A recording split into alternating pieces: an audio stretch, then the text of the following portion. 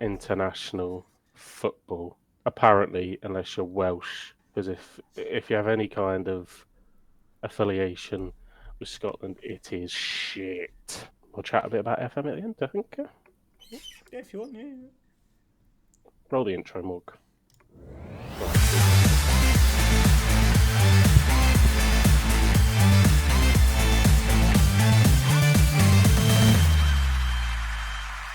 Hello, ladies and gents, and welcome back to the Football Review Podcast, episode 25 of season 4. My name is Fennan. Joining alongside me, I've got two wonderful gentlemen. A man who is obviously a ray of sunshine for sure. Mayhem, how are you doing, mate? Yeah, if it wasn't for football, that'd be good, mate. Yeah, it would be good. Yeah. And welcoming back as well, we got the man with the shiny head indeed. Gondor, how are you doing? Yeah, doing good, mate. Doing good. Yeah. Have you managed to catch on any of the football recently? Watching? No. Getting notifications to my phone while I play FM? Yeah. Yep, I just wanted to Lucky hear you. you say it, to be honest. Well, I mean, it's going to be, I don't know, it's going to be like getting blood out of a stone in this episode, it feels like.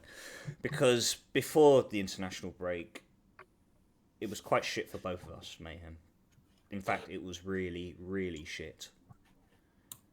Now, I don't know if we want to go that far back where we want to quickly cover Yeah. what took place at Celtic Park. I know when we sat here last time, we were oozing with confidence, being 16 points clear. There was never going to be a shadow of a doubt of a disaster happening, and disaster happened. And I feel like, I mean, watching back at that game, you know, obviously there was a mixture of calamitous defending, obviously a fight back in the second half, but ultimately it was far below the standards of what we expect at Celtic. But what are your thoughts, mate?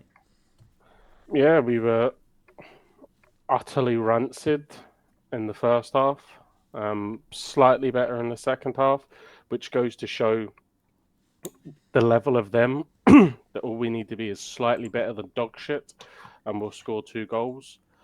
And then individual errors, you know, towards the end of the game, and we've ended up losing another derby. And look, it's down to Brendan. Brendan's got to get these right. You know, irrespective of how far in front we are in the league, these games are massive to win. You know, does it have much of an impact on the title? No, but you know, we never want to allow them to come to our place and win, especially the first time they've got their rancid little fucking fans in the ground. And yeah, the first half was so flat, like down within a few minutes. I mean, Nico Raskan, was he 5 foot, wins a header. Oh, no, yeah. Our backs up against the wall, never really got at him, never really got at. And then, you know, another clipped easy ball. Raskan wins another header, falls to Diamonde, fires it in, 2 down. And, you know, we could only get better in the second half, and we did. Maeda popping up with his customary goal a game. Hatate draws us level. And yeah, and then just a long punt. And to be honest, at that point, it looked like there was only one team winning it. Rangers did nothing in the second half. But a long punt. Carter Vickers, I don't know if he misjudges it or he ducks out of it, but he gets it all wrong from the header. Alistair Johnson slips. He then gets back. He tackles it onto whatever his name is, Igmane or whatever the fuck. Igamane, Yeah, Igmane. Sort of deflects. He rifles it into the top corner, and that's the game there and then. Well, I say that Alistair Johnson should probably score at the back post to make it 3-3 right at the death, but across the pitch we were shit. I mean, Alistair Johnson was shit. Cameron Carter-Vickers was shit. I actually thought Narosky played all right, but I guess in the defence when you ship 3 goals, you can't really say that. I don't think Casper had any chance with any of the goals. The headers right across, the third one's rifled in, the second one that gets from the penalty spot rifled in the bottom corner.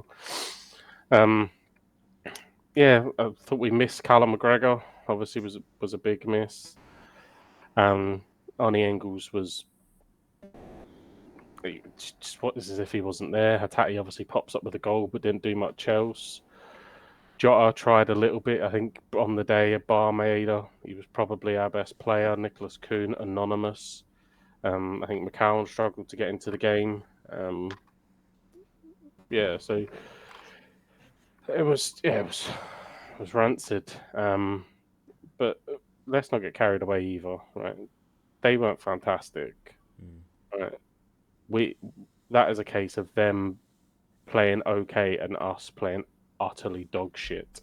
And again, in the second half, we simply raised our level one notch, and they barely have a shot on goal. And we're unfortunate enough that one of the 3 shots they have in the second half, one of them rifles in the top corner, and it's tough. You got to dust yourself down, go again. And obviously the last derby will be back at their place, and it does take on a lot of importance. We've got to go there and really show what we're made of. The title's done, right? We're going to be crowned champions, and we're on for a treble. So come the end of the season, this result won't live long in the memory, but for now, it's shit. And obviously you've got to them suffer an international break.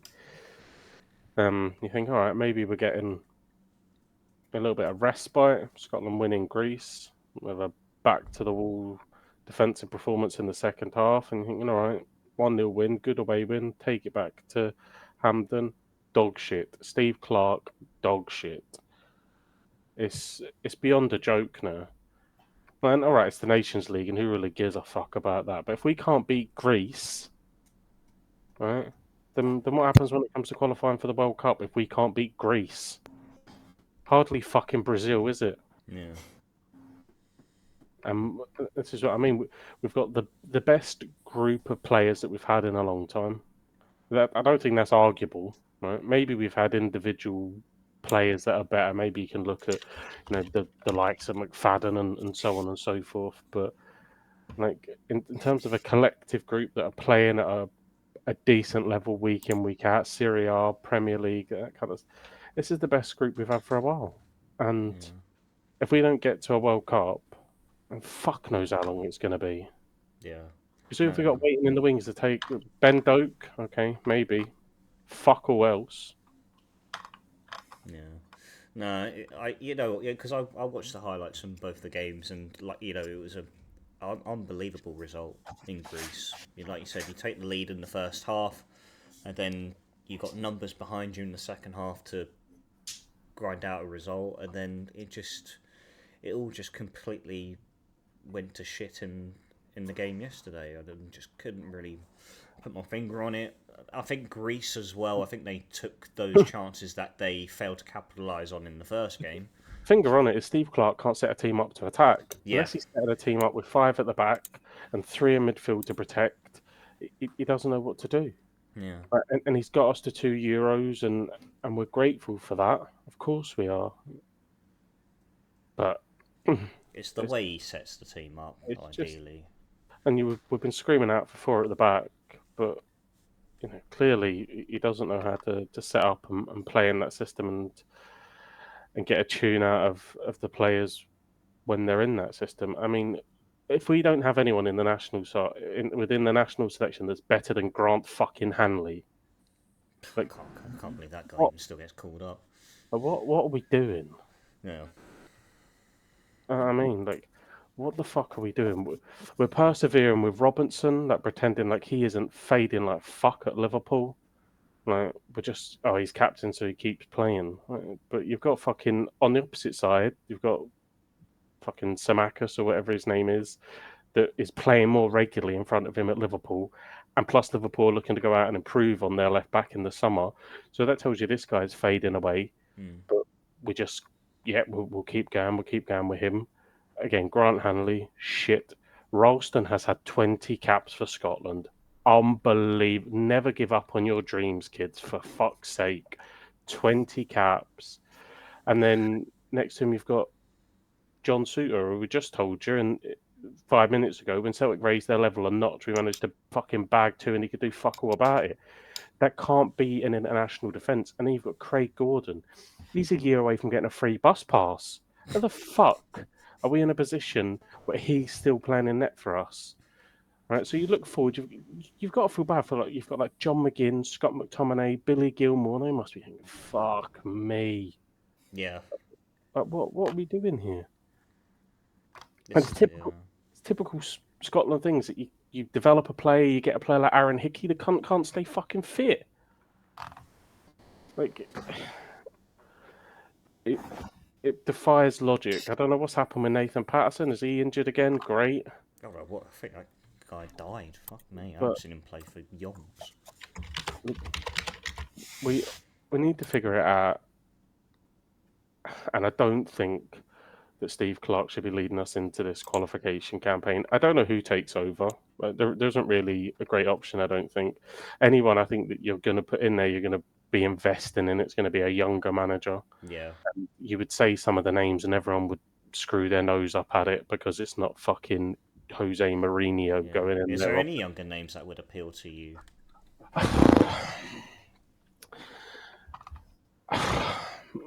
Again, it would be met with so much criticism, but maybe someone like Sean Maloney, obviously just been let Yeah, go by yeah. Wigan, has a philosophy, has an ideology, can maybe get the team playing in a certain way.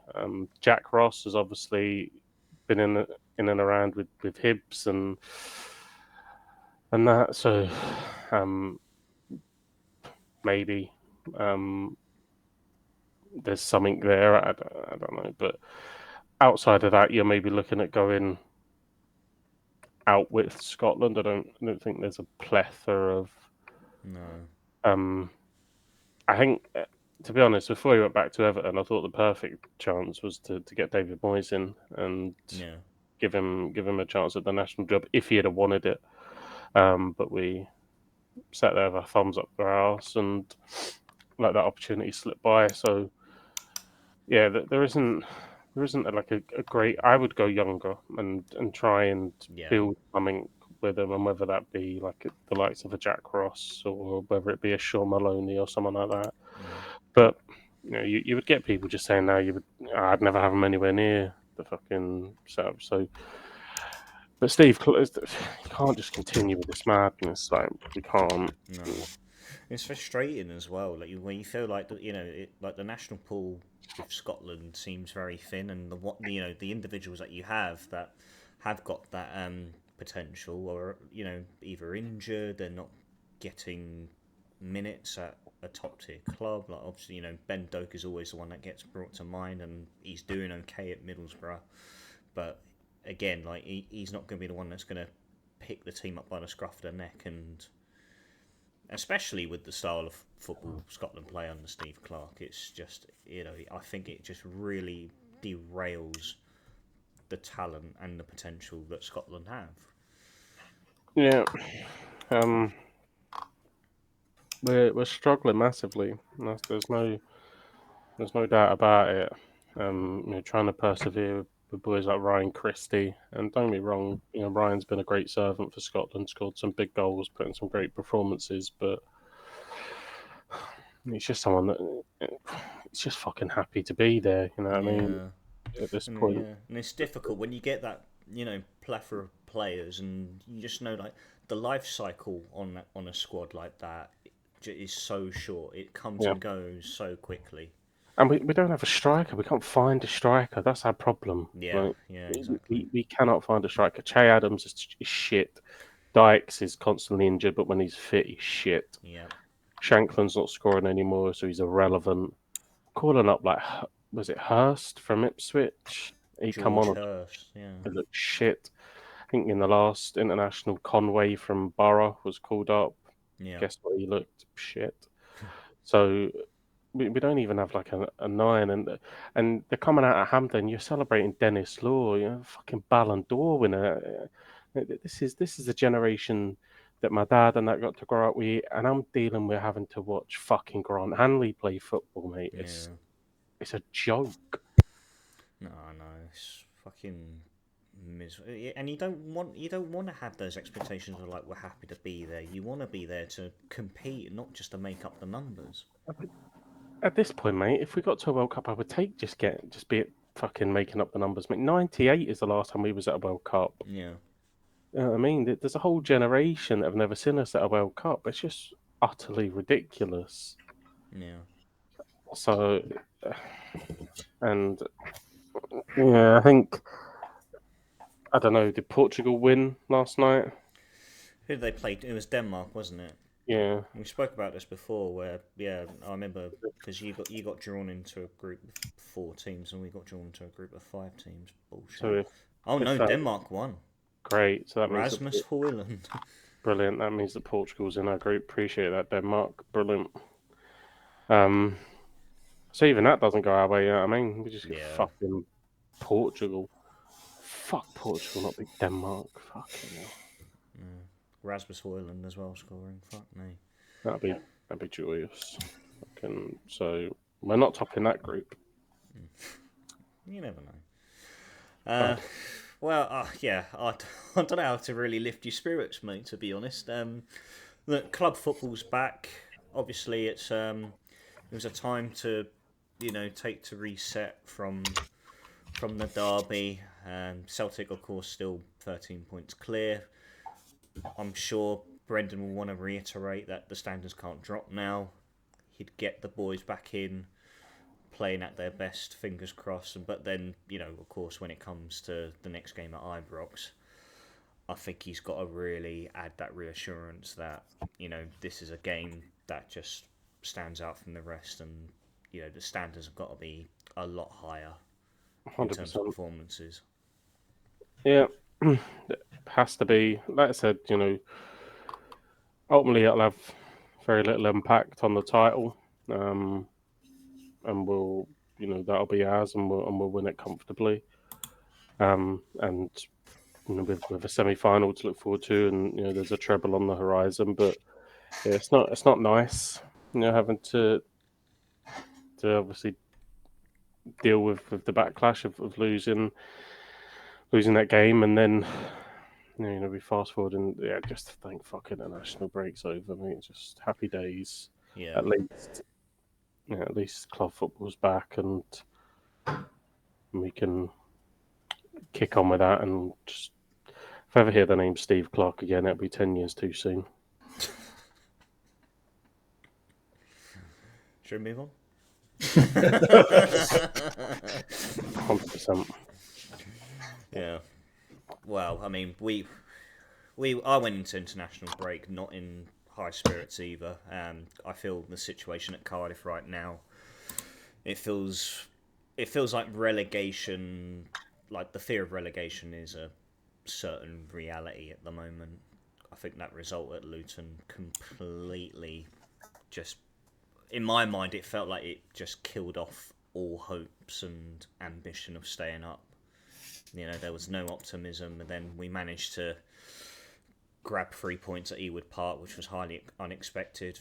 And of course, Yaku Mate, of all people, scoring his first touch to give us the 3 points overall. And there was part of me that thought that Reza was going to go after the Luton game. And there was so much that took place after that game, where he was interacting with fans on Instagram. Apparently he was taking phone calls with fans, and I'm just sitting here thinking, why don't you stop trying to be everyone's fucking best mate and focus on being on a football manager? Because that's what we need right now. We don't need all this old positive vibes with the players and the fans. Fuck that. We're in a relegation fight at the moment, and you're sitting here on social media, calling up fucking Callum from fucking Pontypridd, being like, "Yeah, oh, don't worry, mate. Yeah, we'll, we're in a shit position right now." No, just focus on the football. And I thought he was going to go after that game. I really thought the board were going to, hit the self-destruct button, give him the boot, and then we were going to bring in like a Sam Allardyce kind of manager for the final 7-8 games we've got. And there was part of me that was kind of in favour of it, because I just felt this is getting really scary now, and the thought of League One is slowly becoming a reality. But even though we beat Blackburn, we still go back and we've got such a tough run in. I mean, we come back to, I think it's Sheffield Wednesday at home. We've got who sitting comfortably in mid-table. And at the moment, I'm just being heavily reliant on individuals. You know, stand up, make yourselves counted, and fucking get us out of this fight, because that's what we need more than ever at the moment. Well, yeah, they'll be looking for a reaction as well because they obviously got beat in the Steel City derby. Yeah. For international break, so their fans will be hurting as well. I think you've got some games coming up that look on paper winnable. I think just the likes of QPR, Stoke, Preston. So they're all bottom half teams, and then obviously I think at the end of that you face Sheffield United that are right at the sharp end. So it's back to what we were saying in February, isn't it? This next couple of games is this next four, against bottom half teams. I know that Sheffield Wednesday are right on that precipice in the table, but when you're playing teams, that are in that bottom half, you need to pick up points. Derby look like they're resurgent. Obviously, a massive win at home park, which basically I think relegates Plymouth. But please tell me you saw that fucking clip of that Plymouth fan fucking banging his head on the oh yeah, back of the turnstile. What a fucking mong. He was losing his shit. He was losing it in lowercase though. So yeah, I think there's reasons to be optimistic, and there'll be a feel good factor. You'd imagine to go to Ewood Park and win. Yeah, is no mean feat. So there should be some kind of feel good factor around. If you'd have gone with 4 straight defeats into that international break, returning would have looked very bleak.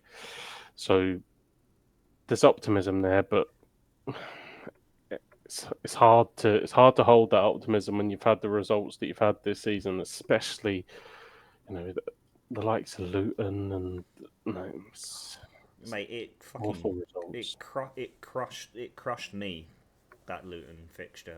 Watching that and take the lead, and we're like, okay, let's go and get another one, kill this game off, and then they just again a brilliant goal, their equaliser, fantastic volley, but then to have chances, spurn those chances, and then for them to go up the other end, and it was one of those goals where the ricochet of the ball could have gone anywhere, and it goes right into the feet of what's his name? Jordan Clarke.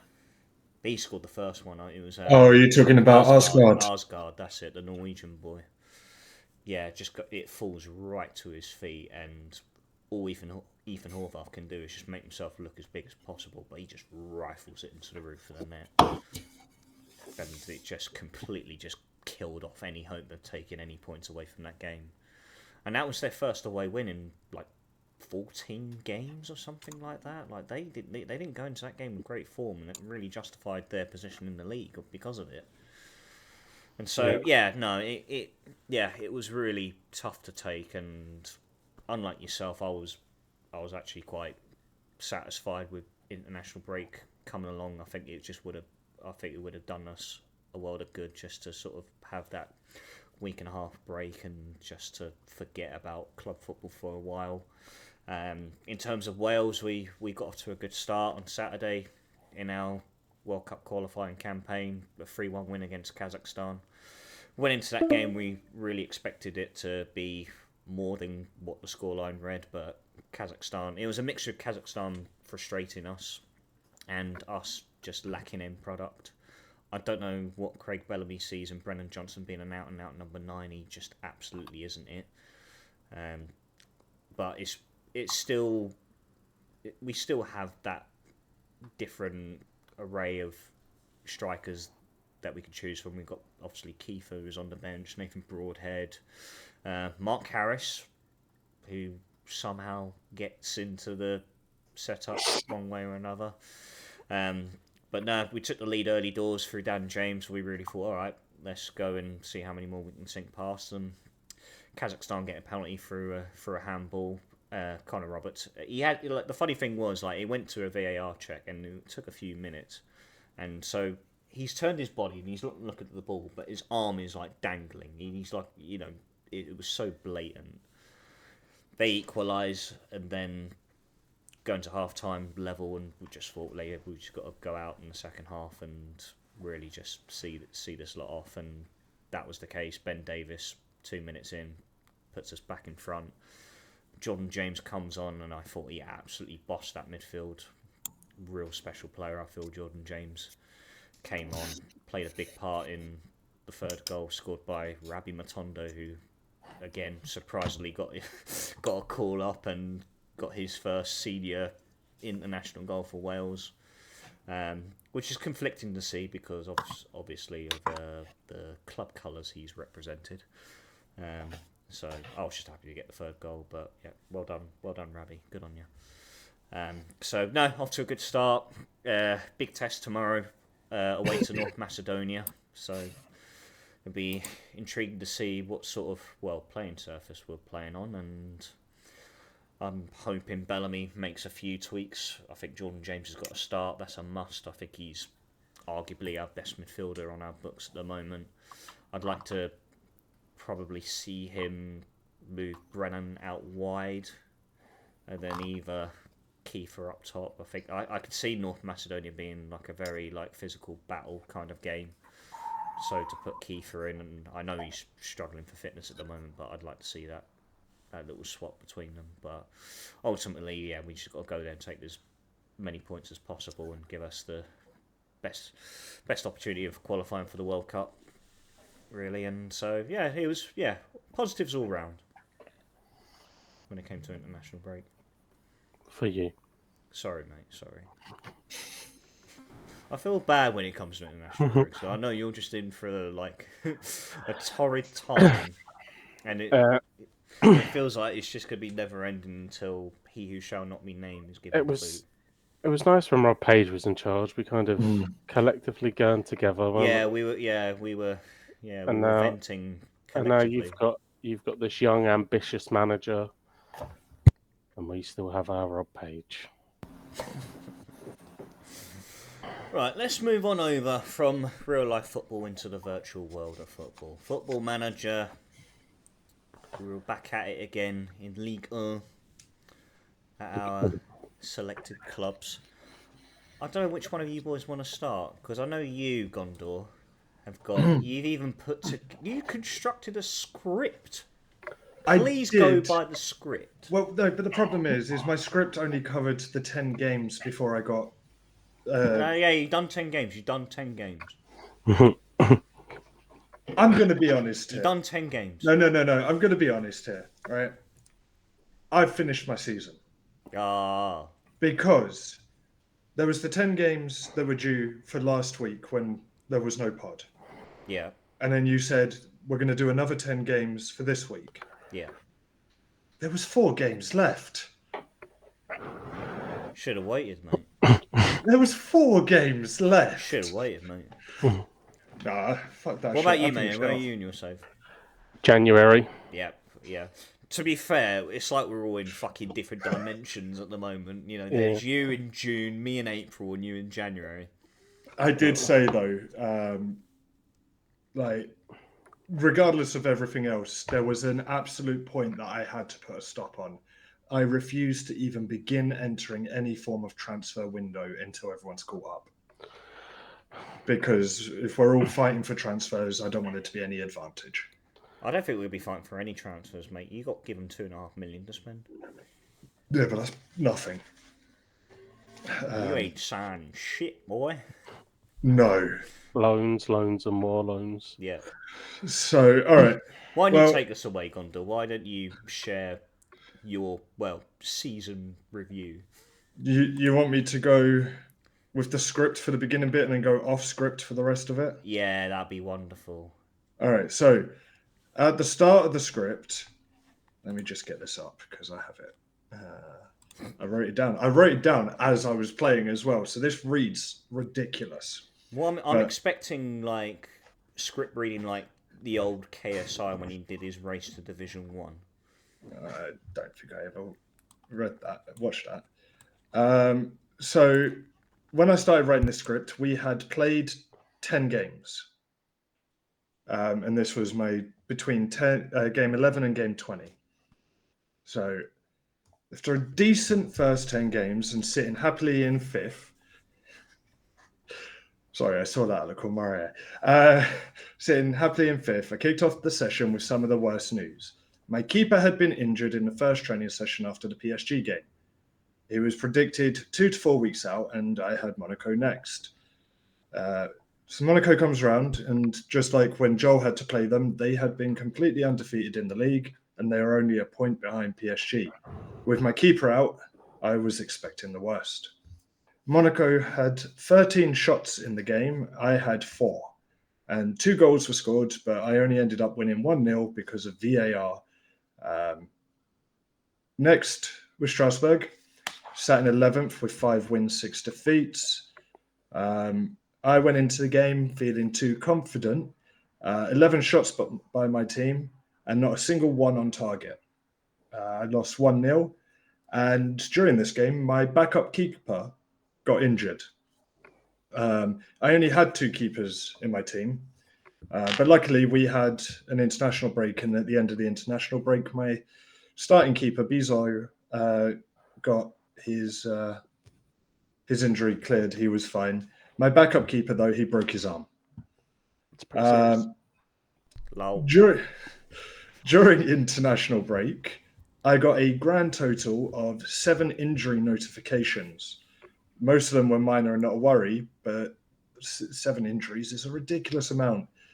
Bizot's return made a massive difference, and we won 2-0 over Montpellier. It wasn't a special game.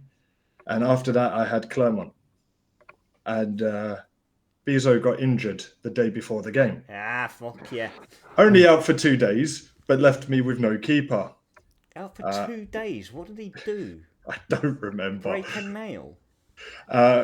My star defender, Chardonnay, also suspended. Clermont was 16th. Game kicks off, and within the first 30 seconds, my midfielder got injured. Managed to win 5-2, did concede in the 89th minute with a ridiculous goal that bobbled twice along the line before crossing it. Youth intake preview between games 4 and 5, which actually had some nice looking players, not players, but it was a good predicted youth intake. Metz was my 5th game. In this game, I had another injury to another midfielder. Then we had the 9th round of the French Cup, some 3rd tier French team. Nantes was my next league game. 25 shots, more than 10 off the woodwork, but managed to win 4-0. Nothing super interesting happened, except my right winger got injured. In the build-up for the next game, Derby against Orient, my striker was suspended due to yellows. That was fine. I had a decent backup who got injured day before the game. And during this time, my youth were on their mid-season break, so I had no backups for the backup. Where are we? Transfer window next. Given the opportunity to change my season expectations. So instead of fighting a relegation battle, I was aiming for mid-table. It was a risk, but I needed the wage budget because January was on its way and I needed depth. 18 days with no games, 3 injuries. Sold my keeper, 4.7 million, no one to replace him. So put in an offer and had the cup game against that no-name 3rd tier team, won it. The keeper that I did put in an offer for rejected me. Signed a new keeper, made a bit of a profit off it. Montpellier next, back-to-back, because I had them in the cup. Smashed them 6-0 in the league with a perfect hat-trick from Mooney, who was fantastic. Also held on to a clean sheet, so my new keeper was pretty good, and got another injury. 2 more injuries between the Montpellier games. It's a ridiculous thing. My physio is above average. My fitness coaching above average. And their training wasn't heavy. Their game time wasn't heavy. It's a stupid number of injuries. Then there was another third injury. 15 minutes into the cup game, Melamed got injured. He was in the team for the player who got injured in the last game. Then I had to play PSG and Nice, who were first and second place. Ugh. Against PSG, I picked up an injury on the 30th minute to my goalkeeper. So I had to put a striker in goal. Against I lost. PSG. Jesus Christ. Against PSG. I lost 3-0. With a striker in goal, Only I'll fucking 3-0. take that. Mate, you should have a counter, like in the corner of how many times you've said the word injury in this. Oh, don't get me started. After the PSG game, just before Nice, I got another injury. During the game against Nice, got another injury. Oh, Christ. Did beat Nice, though. At this point, after 20 games, I was 11 wins, 3 draws, 6 losses, 36 points, goal difference of 12. In 5th place, only 3 points behind 4th. That was the 10 games up to where we should have been last week. Where is that game? So that was Nice, that was there. I will go through this. I won't include the injuries because I did not write a script for this bit. My next 10 games. 4-0 in the French Cup against Amiens. Clermont, I beat 3-1. Lost to Marseille 4-0. Beat Strasbourg 1-0. Beat Nantes in the French Cup quarter-final 2-1. Drew to the Havre 2-2. Go on up, boys. 3, 4. Beat RC Lens 3-1. Beat Lille 2-0. Lost to Lorient 3-2. And I think the next one is the one after the semi-final would be game 20. 1, 2, 3, 4, 5, 6, 7. I don't know. I might have gone too far already. But I had a pretty solid thing. Do you want me to go till the end of the season? Yeah, go on then. Beat Lille in the French Cup. Lost 1-0 to Metz. Rock bottom Metz, by the way. Lost to Lyon 2-1. Beat Monaco 3-1. Did the double over Monaco. Fucking Jesus twats. Christ. Drew to Rennes 2-2. Beat Nantes 2-0. Smashed Reims 6-1. Beat Toulouse in the final game of the season 3-1. Then lost to PSG in the French Cup final 2-0. In terms of league table positioning, I finished 5th with Europa League qualification. 19 wins, 5 draws, 10 losses, goal difference of 23. 3rd best goal difference in the league, by the way. Wow. 62 points on the board. Monaco finished 1 point above me and got a 90th minute equaliser in their final game of the season. I could have finished with Champions League football. The really exciting bit, though, that everyone wants to know, how many injuries did I have this season? Oh, my God. 72. My first injury, let's go by date. My first injury in the season, happened...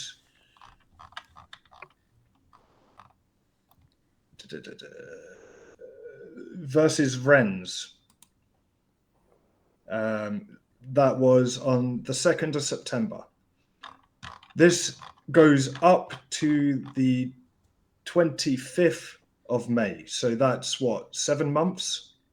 Yeah. Give or take, yeah. 48 injuries.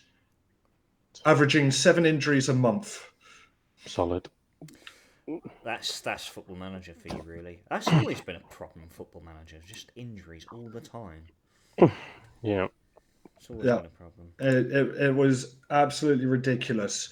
I had 6 players miss over 10% of the season due to injury. Wonderful. One of them, my brand new goalkeeper, who didn't even play half the season. Flop, man. Flop. But Steve Mooney, 31 goals, 7.42 I don't know average how the rating. fuck you managed to get 31 goals out of Steve Mooney. This guy couldn't hit a fucking barn door at Huddersfield. Mate, it was literally when I went on the grind and started writing the script, he was just putting them away for fun. Steve Mooney. Yeah. Player of the season. Mooney. I 10, fucking bet he is. 31 goals by Steve Mooney. 7.42 average rating, 10 player of the match awards. Fucking smashed it, mate. Sell him. Well, He's actually, I looked at this when I was talking to Fennan, he's worth 25 million at the moment. mate, if you get an offer in, If I get an offer for Yeah, 25 million, door, I've got man, to take it out because the door. he's 29 years old, so he's peak at the moment, but he's going to pass it soon. Well, I'll give you a synopsis of mine. That was very detailed. I'm nowhere near that level of detail. Yeah, I was going to say, I think you ours aren't going to be to your extent, Stu. Mayhem, you gave me the idea because I watched last episode podcast and you fucking rattled it off as a story, and I was like, that was a great way to tell it. Yeah, yours was a novel though. I had to go through more than just 10 games or 5 games or Mark however it Twain was. here, yeah. Once upon a time, in a land called Le Havre, we have done okay. You know, we're at the part of the story where the villain is maybe starting to be overcome, but I'm expecting a twist. I mean, he's going to pull out some fucking trap card, and I'm going to scoot down the league and be scrapping with all the fucking renegades down there. But we're 15th, still in the French Cup. Side note, if you haven't played in Ligue 1 or the French Cup, absolutely fucking ridiculous competition. Why are you coming in round 9? What the fuck's going on? Cut some teams. I don't know how many teams they have in that pit, but get rid of some. Right? Round 9 coming in, fucking stupid. The Sunday league teams and the pub teams. I mean, I was actually looking into it. Like, there's African teams and that play in the French Cup. Really? Yeah, I think it's French based, isn't it? Yeah, Based on the something like that, language. but I never knew that. Some African teams actually play in the French Cup. Hell of an away trip for them, but fuck them. Slight side note, the one thing I do like about the Cup is that you can't just throw out a random team to get absolutely slaughtered, because you have to have 9 players who have played in one of the previous 2 games. Oh yeah, that was a stipulation you put onto as well. Yeah, £6,003 fine if you don't. I don't have that luxury of being able to rotate like that. Half my team's fucked off to the African Cup of Nations, so I didn't see that coming. I don't know how Le Havre are dealing with that in real life, or did deal with it, because obviously we're on FM24. We don't have a new game, thanks Sports Interactive. Look, Miles, if you're listening, right, you fucked up. Don't get angry about it. You fucked up. You fucked up, Miles, mate. I'll take a job though. Employ me. But I can be their social manager, communications person. They don't know how to fucking talk to fans. Nah, we'll leave it. Moving on. So look, we have had some high points. We've beaten Lyon. That was nice. We beat Lille. Oh, okay. Yeah, that's as good as it gets. We're currently 15th. We have just completed the absolute snatch and grab over Strasbourg to get put into round 57 of the French Cup. So we're just at the back end of January. I'm scouting anyone with legs. So I've been in January for a long time.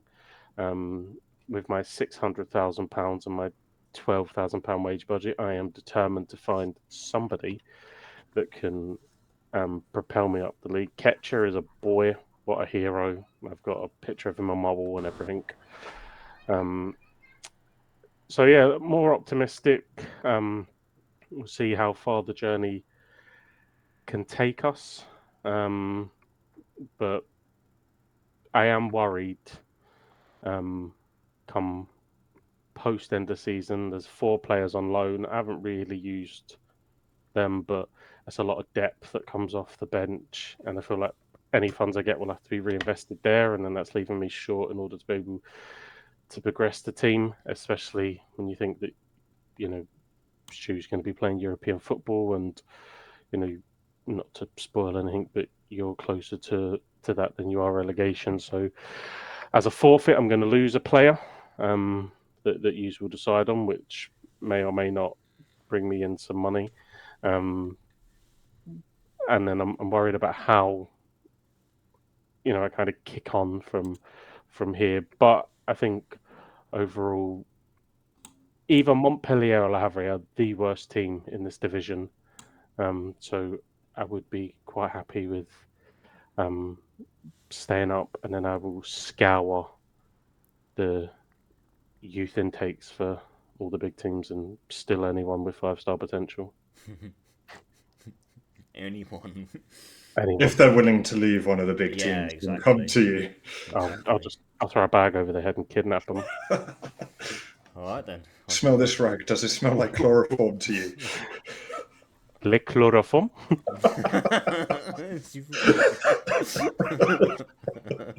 UV, s'il vous plaît. But yeah, amazingly on the football booth, the thing I've looked forward to the most is saying I am 15th in Ligue 1 rather than speaking about anything else, which is slightly... Got a strong impression that was going to be the case for this episode. Yeah, I don't have anyone that scored 31 goals. I think if I added up my goals within my team, I wouldn't hit 31. So that's a worry, considering Stu's got a goal machine. But why do these players exist on FM, by the way? Like, utterly dog shit in real life. Freakish goal machines. Rasmus Højlund is one. Right? That guy is a goal machine, but can't hit a barn door. Barn door? That's not a thing. A barn door in real life. So it's strange. But yeah, I'll be scouring, trying to find some cheeky little deals. At the moment, I only have enough budget to scout France as well, which is a problem. Yeah. Mm-hmm. Yeah. So it's going to be, in essence, scraping the bottom of the barrel, but maybe there's... I think I'm just going to speak to some Colombian cartels and smuggle one of my scouts into South America somehow on the cheap. Ask Luis Diaz. Just to point out there, by the way, outside of Steve Mooney's 31 goals, only one player scored more than 5 in the rest of the team.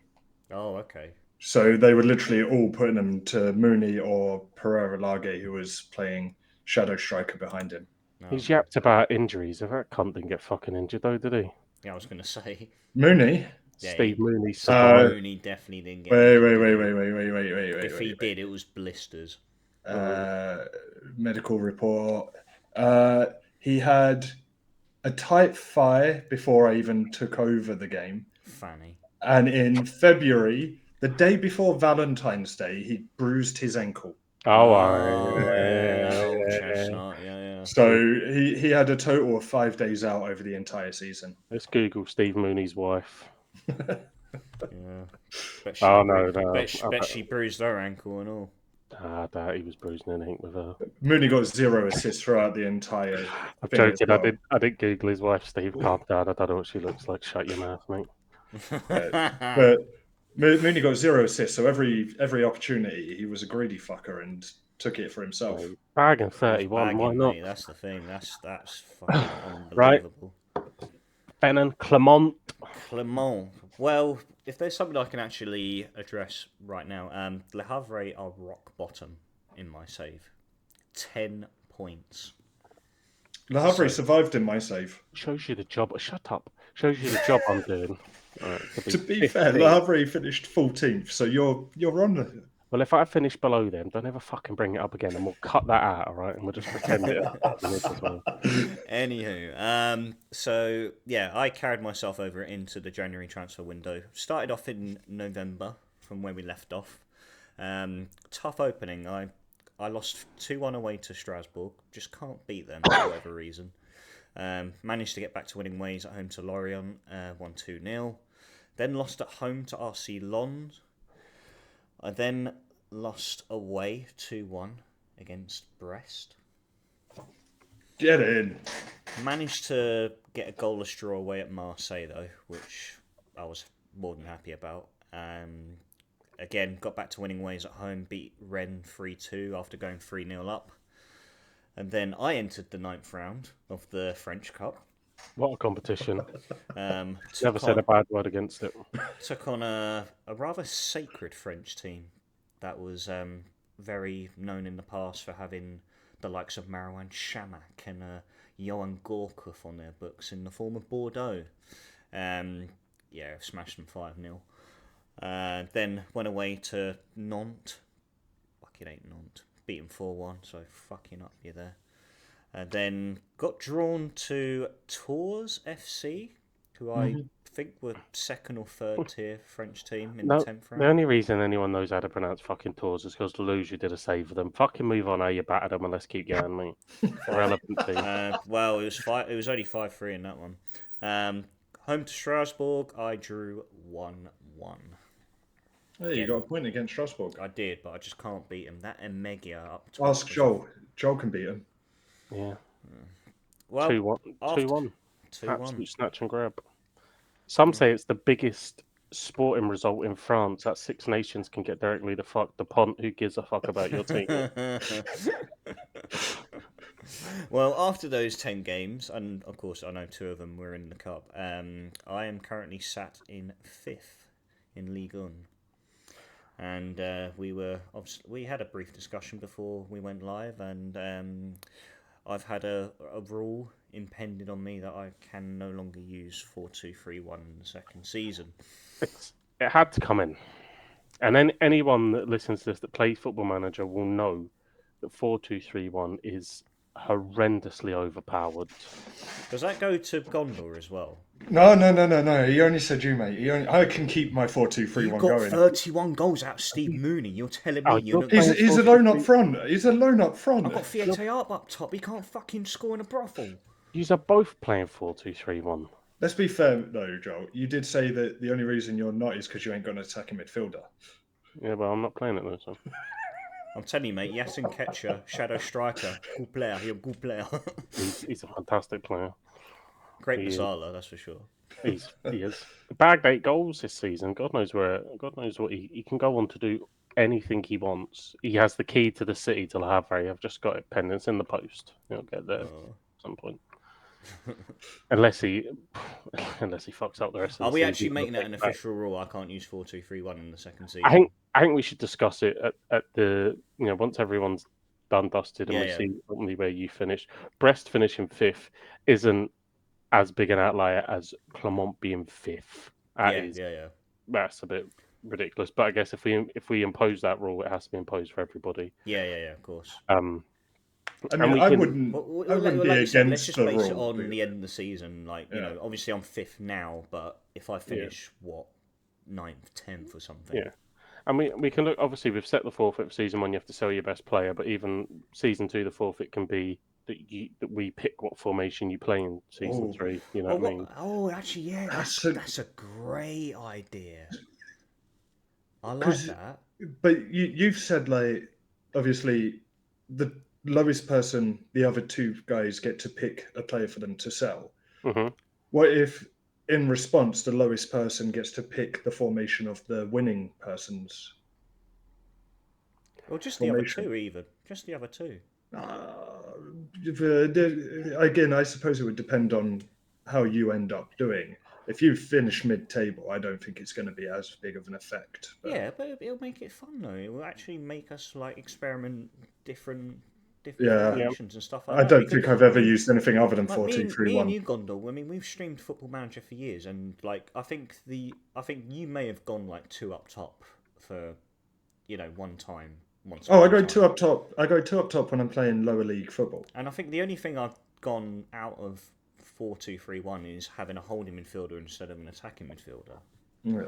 No, but 4-2-3-1's only been the game plan since FM 23, I think, maybe even 22. Before that, it was a 4-2-4. That was the way to go.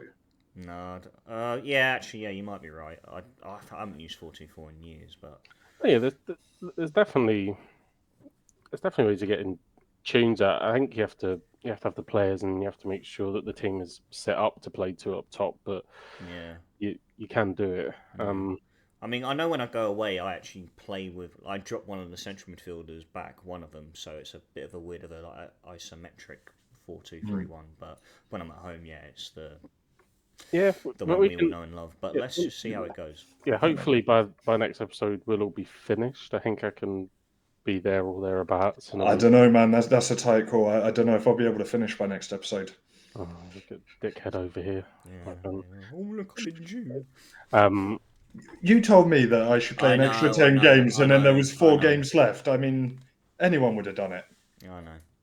Well, all right. Well, let's make that thing. Let's see how we do, and then we can implement some new rules to spice things up a little bit. So yeah, that's what's happening in our world and our Football Manager save. Bright times ahead, hopefully in real life football and the virtual world of football. We return next week. Club football's back. Obviously, I'm pretty sure the moods between me and you, Mayhem, will completely transition. And so Gondor will just be his happy old self. I'm going to try and get into a bit more football soon again, I think. Yeah. I'm starting to have less. It's the fun Other time of the things to do. season, so isn't it? Yeah. Yeah, exactly. Champions League are in the latter stages. The leagues are all coming to an end, and of course, you want to get back into football as Liverpool are about to win their second Premier League. Well, In front don't of a forget. crowd, though, for once. So. Don't forget, as much as I love Liverpool, like my team is a Swedish team, and the season's just kicking off over here. So it's actually a great time for me to get back into football. Yeah, that's true. And yeah, exactly. That'll give you more than motivation to get back into it. 100%. Well, look, boys, we're going to end things there. Thank you very much, gentlemen. Good to see you both again. And yeah, bring on next week. Ladies and gents, thank you very much for tuning in. If you are new to the Football Booth podcast, we're available on all audio platforms, including Apple, Spotify, and Audible. If you're watching us over on YouTube, don't forget to like, subscribe to the channel if you're new, ring that bell for notifications. And until next time, ladies and gents, I bid you all good night and the star.